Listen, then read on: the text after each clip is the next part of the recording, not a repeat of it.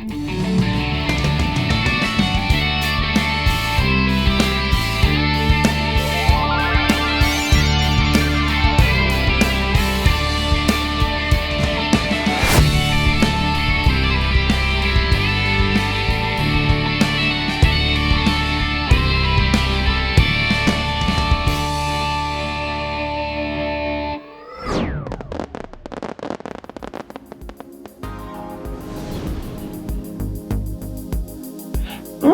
guys, hey, welcome to Mondays with Marc. I'm Marc, and this is Smokeysteveandmarc. Wait for it. Oh yes, it is.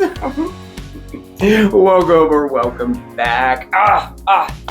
It's great to see you today. All the hustle and bustle. I'm so excited for today's show, y'all, because we're gonna do our last recipe for our Thanksgiving menu. And I saved the best for last, right? Dessert, of course. We're gonna make like one of my absolute favorite desserts in the autumn.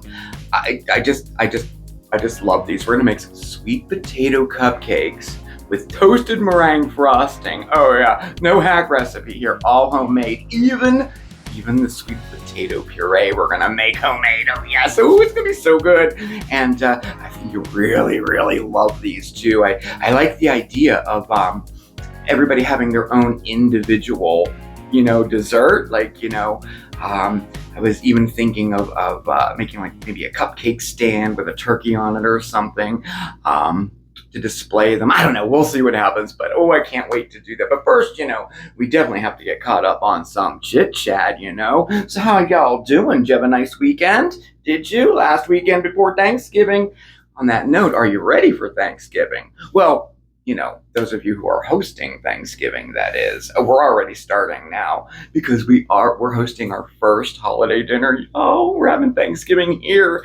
And right now it's just Steven's parents, the in-laws are coming. I have to say, the in-laws, like that, this is taking, we've been married over 2 years now, and I still can't, in-laws, it just, I don't know, I always called them Kathy and Henry, so now I'm trying to be like, mom's coming over, or my mother-in-law, she's coming over, or it's weird, I can't get used to saying it, and I don't know, we'll work on that, but right now it's just them, so it'll be the four of us, and Bandit and Oscar, of course, but you never know, what might happen. Other people may stop in. We'll see what happens. So we're pretty excited about it. And we're doing everything, turkey, all of it. Well, what we're doing here.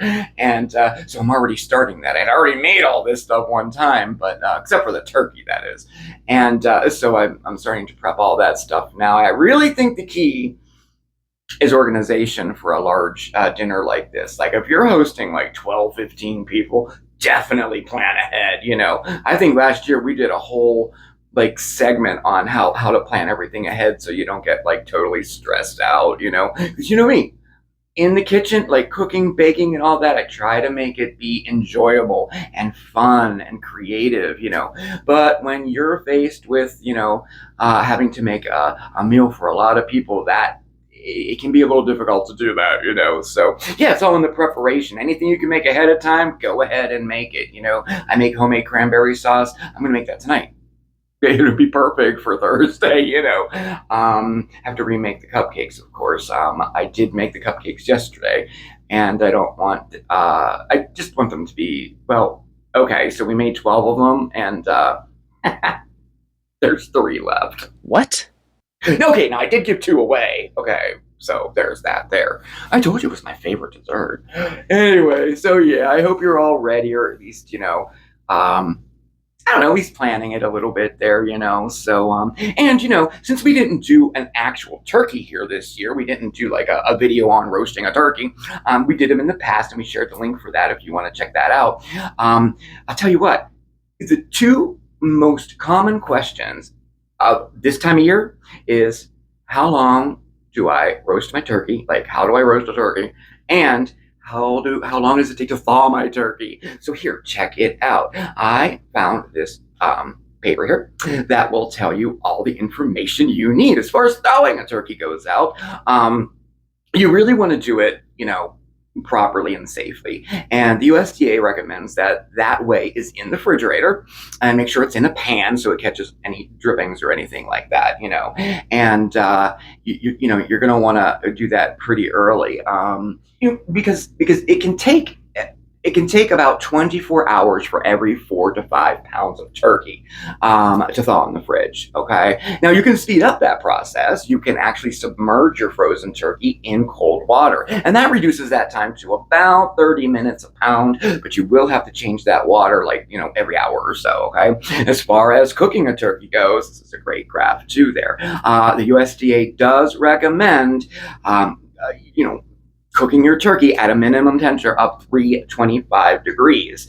And, if you're talking about, or if we're talking about like minutes, it takes about 12 to 13 minutes per pound. Okay. So if you have a little, maybe an 8-pound turkey, that can take about 2 to 3 hours. But if you have a big, 24-pound turkey, that's going to be 4 to 5 hours or even longer to roast, So that's just a basic idea of how long to roast your turkey. As far as roasting a stuffed turkey. Now, it's generally not recommended to do that, stuffing a turkey and roasting it, but a lot of people do. I have even done it, but there are some variables to that. In order for it to be cooked properly, that internal temperature of the stuffing needs to reach 165 degrees, and as the stuffing takes longer to reach that temperature than the turkey does. And I would hate for you to have a perfectly roasted turkey, but then the stuffing isn't really safe to eat because it didn't reach that safe temperature.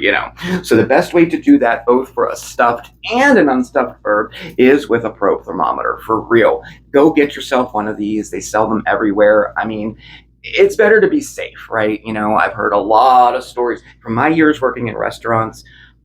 I've known a lot of families and people who have gotten sick from undercooked turkey.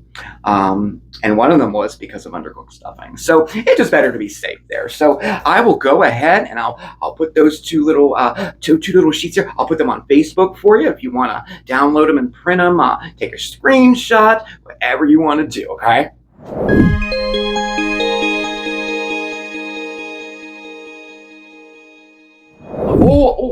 I want to show you. I'm so thrilled, y'all. I'm so thrilled for that one here. We'll show you this one here. I brought out the cactus. Look, she's blooming. Do you believe this? Look. There we go. So all this time I thought it was a Christmas cactus. I think she's a Thanksgiving cactus, right? So she's blooming, and there's a story behind this, believe it or not. Of course, there's a story behind it, right? This was the original cactus that I got from my mother-in-law, Kathy.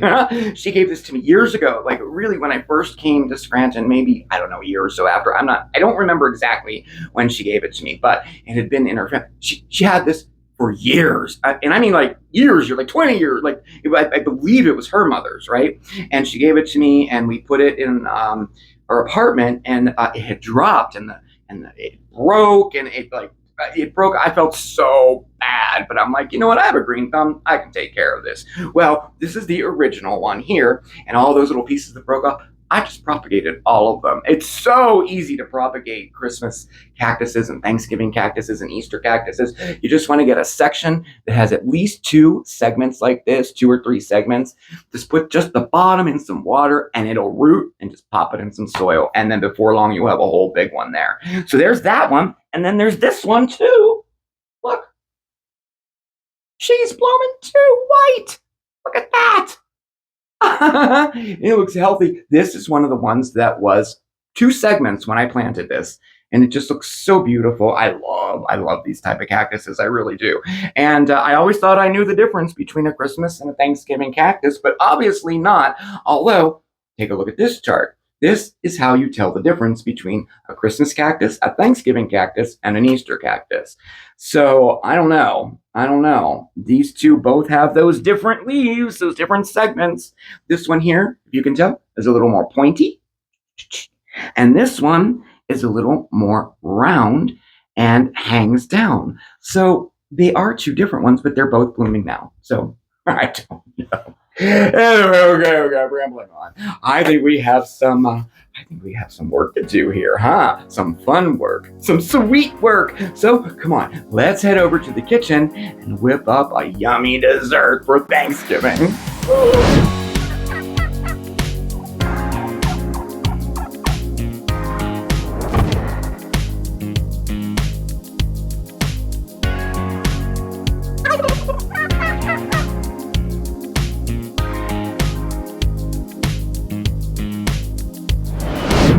So, are you ready to make these babies? I am totally. Oh man, these are so good. I can't wait for you to try them. The perfect autumn dessert for real. I'm telling you, you are going to love them. All right, so let's get started, shall we? And of course, it all starts with our ingredients. So for our dry ingredients here, we have 2 cups of all-purpose flour, and down here we have 2 teaspoons of baking powder, 1/2 teaspoon of baking soda, and 1/2 teaspoon of kosher salt. And over here, oh yes, the good stuff, we have 1 teaspoon of cinnamon, 2 teaspoons of fresh grated ginger. If you're going to use the ground ginger, you can reduce that to 1 teaspoon. Then we have 1/2 teaspoon of nutmeg, 1/4 teaspoon of ground cloves. And for our wet ingredients, we have 1/2 cup of whole milk at room temperature. We have 1.5 cups of brown sugar, 2 large eggs, also at room temperature, and that's 1/2 cup of unsalted butter. Yep, room temperature. And that's 1 teaspoon of vanilla, homemade if you got it. And oh yes, the star of the show, 1 cup of sweet potato puree. All sweet potato puree, y'all. So, you could always go and buy the pre-made stuff at the store. It comes in a can or a container at your grocery store. But we're gonna make ours homemade. It's so simple to do and so much better too. First, you're gonna grab yourself a sweet potato or 2. Now, if you're just making this puree for this recipe, you're only gonna need about maybe 1 or 2 smaller ones like this, or 1 larger one. And we're just gonna poke it all over with a fork like that. This allows some of the steam to escape. And then we're just gonna place it on a baking pan that we have lined with some parchment paper here, and we're gonna bake at 400 degrees, just like you would a regular baked potato. Now, for a size like this, that'll be anywhere from, say, 30 to 40 minutes. And it could go up to an hour, depending on the size of your sweet potato, okay? And then you're gonna take them out of the oven when they're nice and fork tender, real soft. Ooh, let them cool off. And then cut them right in half, and then scoop out all of the sweet potatoes there. And then all you gotta do is mix them up with some electric beaters, or you can do it by hand with a potato masher too. So that's how easy it is to make sweet potato puree. So much better, no preservatives, and it tastes better too. So the first thing we're going to do is mix up all of our dry ingredients. That would be our spices here, and our baking powder, baking soda, salt, and all that in there. And we're just going to whisk that all together.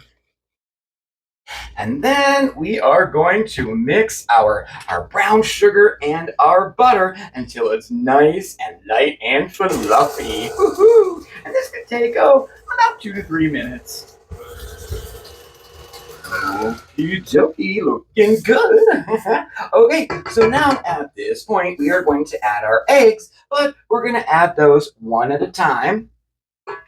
And we're going to beat well after each addition.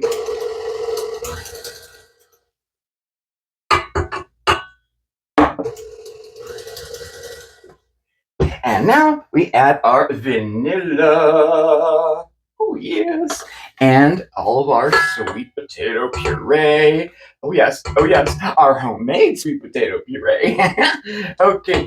And then after we add this, we're going to mix it up until it's all incorporated there. Okay? Okay. Two. Looking good.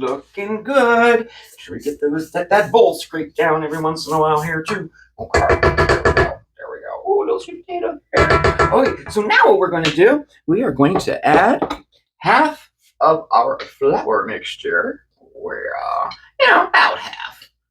I think that's good there. Okay, and then we're going to mix this until it's incorporated. And now our milk. And again, mix that until it's incorporated. And don't put it on anything but low at this point until some of that milk gets in there, or we'll have a huge mess. I think we're good. And the other half of our flour mixture there. Okay? And once again, we blend. Okay, and now we scale. Oh yeah, we're filling our cupcake pan here, which we've lined with liners. Oh yeah, to about 2/3 of the way full with our batter here. All right, okay, we are ready to go. There is our dozen go in there. And you should get anywhere from 18 to 2 dozen here, and I have that much left there. You can see, and I'm going to keep this batter, and I'm going to make a little actual cake out of this batter. But let's get our cupcakes going here. So we're ready to go, and now it's time to bake. And we bake in a 350-degree oven until our cupcakes are nice and golden brown on top. And when you touch it with your finger, it lightly, it bounces back. Toothpick inserted, comes out clean, and that'll be anywhere from 18 to 22 minutes.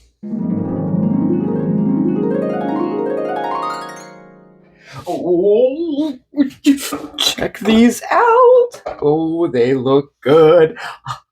They smell even better. Oh my goodness. All right, so our cupcakes are done baking. So now we have to let them cool down completely before we frost them, okay? So while they're doing that, why don't we work on our frosting? We're making a meringue frosting. Oh, this frosting is so good, y'all. So in my bowl here, this is my stand mixer bowl, and I have it over some simmering water there. You can use a double boiler too as well. Just make sure that water doesn't touch your bowl. And now inside the bowl here, we have 4 room temperature egg whites, 1 cup of sugar, 1/4 teaspoon of cream of tartar, and 1 teaspoon of vanilla. And we're just going to continue to stir this like this over the simmering water until it reaches an internal temperature of 160. And you can use, of course, an instant read thermometer for that. Now, if you don't have a thermometer, you just want to make sure that all of your sugar is completely dissolved and that it's, fairly hot to the touch. But really, a thermometer is the way to go here. Ooh, we're getting there. Ooh, we are good. See the difference? The sugar's all dissolved there, and we were at 161 on the thermometer. Okay, now we're going to remove that from the heat and place that back on our stand. And then we're going to whip this up, starting at a low speed and gradually, increasing it to a high speed. And let that whip until nice, glossy, stiff peaks form. And that can take anywhere from, about 6 to 8 minutes. I think we're ready, y'all. I think we are ready. Yes, we are. Yeah, let me show you. We have stiff peaks. Look at that. I think it's great. All right. So now what we're going to do, we're going to transfer all of our frosting into a pastry bag, which I have a star tip in here. Let me show you. With a star tip in there. Oh, look, I already got frosting all over it. All right. And then we're going to frost our cupcakes. Oh. I just love meringue frosting. Just love it. This is the fun part, huh? Oh, my gosh. Cupcakes are so, I don't know. They're just so fun to make, and they still are all the rage, too. But cupcakes, oh gosh, come on, they're here to stay, right? I mean, really, Cupcakes are just plain happiness, aren't they? And I mean, like, so fun to make, and they just bring a smile to your face. All right, so we're piping our cupcakes here. If you don't have a pastry bag with a star tip, go ahead and use a Ziploc bag and just cut a corner off there, and you will be good to go. Doesn't have to have a star like this, you know. And look at that. Perfect, huh? Okay, well, not perfect because we just happen to have all of this left over. What are we going to do with that, I wonder? All right. So now, oh yes, these are pretty good the way they are. Sprinkle a little cinnamon on there if you want. But we, oh yeah, are toasting these babies. Oh yes. Oh, this really makes this. I'm telling you, it really, really does. Oh, toasting, toasting, toasting. Because you know this meringue frosting, it's kind of like marshmallow, you know. So this is really, oh my goodness. And I just love my little torch here. I wish I would use it more often. But yeah, this is great. It's a little torch that you can use for a multitude of things. It's safe too. Like you can't use it at all unless you unlock it there, pull this lock down, and then you can. And it runs on butane, and oh, and look at how easy it is. I mean, it's so quick, so easy. You know, middle of the night, grab yourself a marshmallow, toast it up. Not that I've ever done that. Okay. Oh, this is so good. I can't take it. I just can't take it. Sorry, I had a little moment there, you know. When you think. Oh, wow, these really look nice, huh?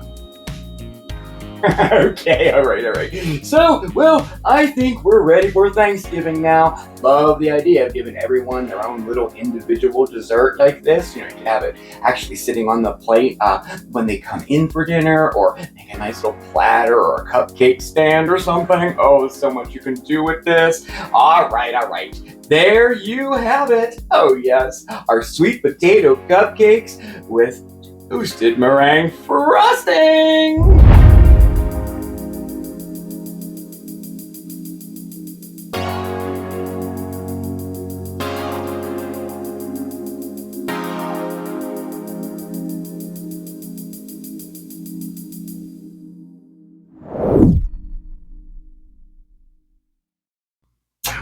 Ooh, check this out. So, sweet potatoes. Oh, yeah. Now, they are thought to have originated in Central or South America, and they've been cultivated as early as 2500 BC. Do you believe that?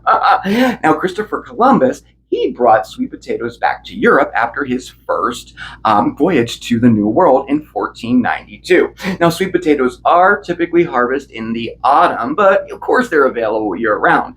But in the autumn time, that's when they're most flavorful for sure. And as far as cupcakes go, well, the very, very first ever recorded, ever known recipe for a cupcake was published in a 1796 cookbook called American Cookery by Amelia Simmons. Now, they weren't like the modern cupcakes we have today. They were basically a cake baked in little cups, you know, like that. Boy, they come a long way since then, huh? And the first commercially produced cupcake, oh yeah, that was by the Hostess Company, and that was sold in 1919. Oh wow, I wish they still cost that much, huh?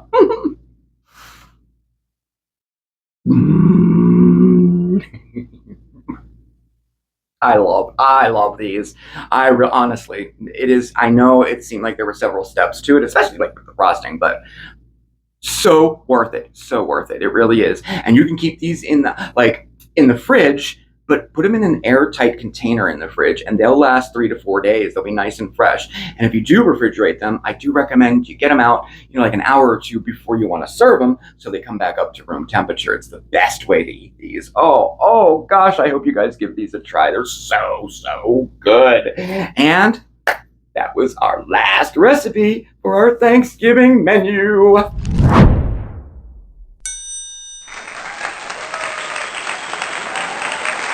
Oh my goodness. I always say this at this point, I'm pooped. I'm pooped because I've been getting ready for Thanksgiving. I've been getting ready for Christmas.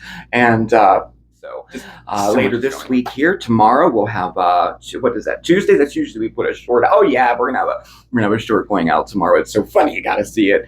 And then Wednesday we will be seeing you for a little Thanksgiving greeting because we took Thursday off because we're hosting Thanksgiving this year. And then after that, you know what's next? Christmas. Ooh, I'm excited.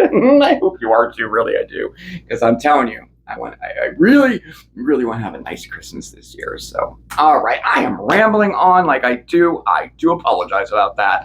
It was fantastic spending this time with you. I hope you had a good time too. Definitely hit that subscribe button, okay? And the notification bell so you know when we have new videos coming out. And you can check us out over on social media, Facebook, X, and Instagram. And all of our contact information is right down below. Email address, our post office box. If you have any questions on the recipe today or any questions in general, maybe about Thanksgiving, or if you're cooking something or might be a little unsure, leave it in the comments or shoot me an email, okay? Thank you again, everybody. You have a fantastic week. I will see you next time. Oh yeah, ciao everybody.